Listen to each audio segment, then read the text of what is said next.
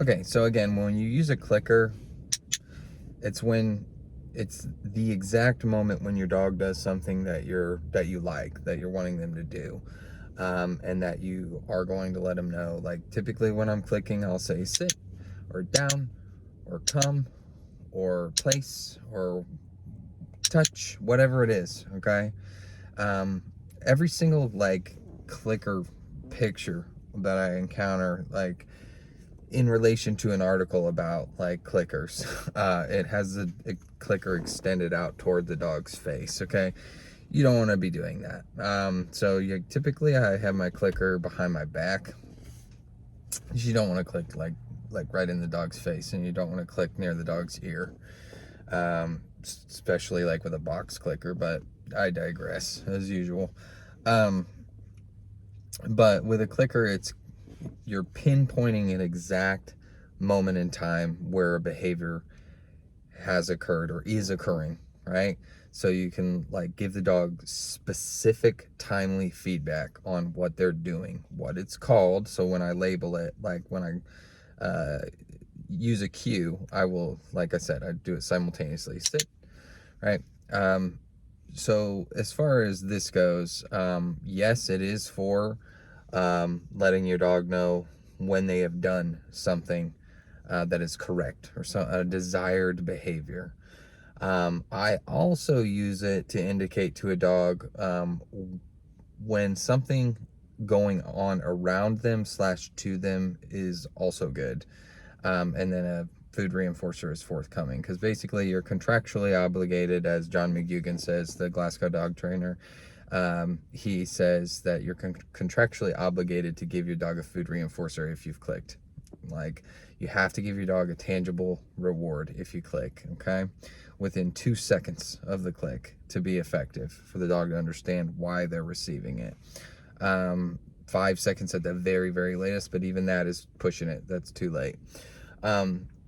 I tell this story to like everybody that I encounter when I'm talking about typically reactivity, and certain sensitivities to stimuli in the environment. But I was out in the country somewhere doing like a guided lesson, and all of a sudden I hear a thump, and then as soon as I hear the thump, I click, and then I offered a food reinforcer. I just tossed it over to the dog, because I just assumed that whatever that noise was, that the dog will react to it, or that they will start barking, and they may. I wasn't sure like what it was, and I wasn't sure what kind of reaction that might elicit like from the dog, so I just assumed it was going to serve as a trigger. So I just went ahead and clicked, and then I offered him a food reinforcer. Come to find out, it's a bird that has flown into the window, and apparently that's a pretty regular occurrence out there where those people are, where the client lives.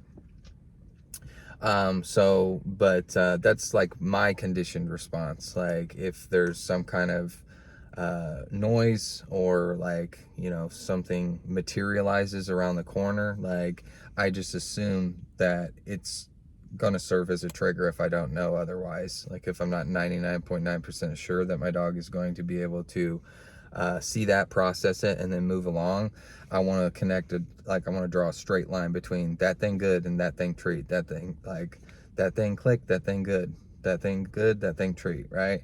Um, Instead of waiting to see what my dog's assessment is, like, at least in the short term.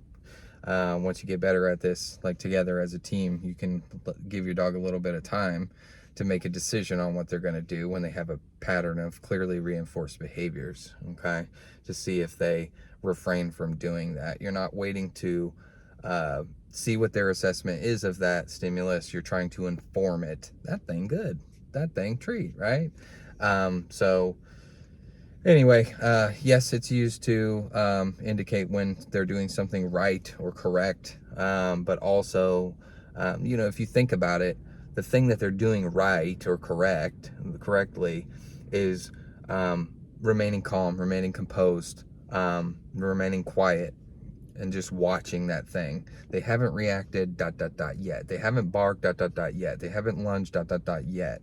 Okay, so in that moment, they are doing the desired behavior. Okay, so sometimes it looks like they're not doing anything, So if you like, that's going to be hard to reinforce if it doesn't, you don't clock that it's something that they're doing. If you want to think about it as like they are not barking, they are not reacting, that's fine. It still deserves the same treatment there.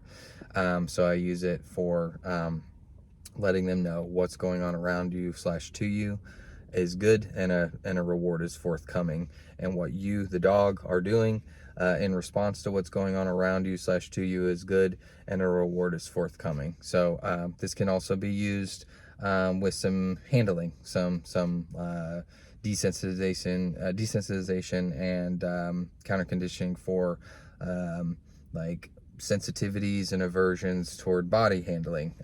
I will use the clicker for that as well, depending on the dog, but to inform them, hey, like this object just came toward you and I stopped short and you like, were standing still and nothing happened to you. Like, that's good, isn't it? Great, here you go, right? So that's probably enough on that, and thanks for watching.